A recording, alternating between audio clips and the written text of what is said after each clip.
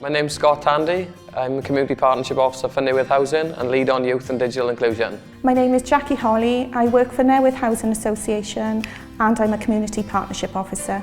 The digital drop-ins are available to tenants and members of the community.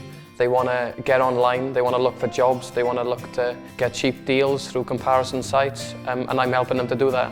Part of my role is education, employment and training, and I support both our tenants, Newydd tenants, and the wider community back into work. We've all been through it. We've all had the problems of, looking for jobs, and it's just really breaking the barriers and getting them that much closer to the workplace.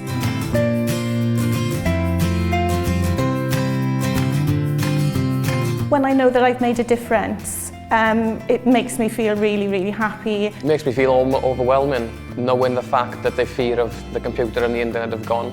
It builds their confidence, it empowers them, it gives them the capacity to go on and get new jobs. A number of the people we've taught have also come back and asked to be a digital champion, where they can volunteer time to support others. The feeling when you get afterwards and you see somebody who's really appreciated you helping them, and to see their faces when you show them what you can do on a computer is fantastic.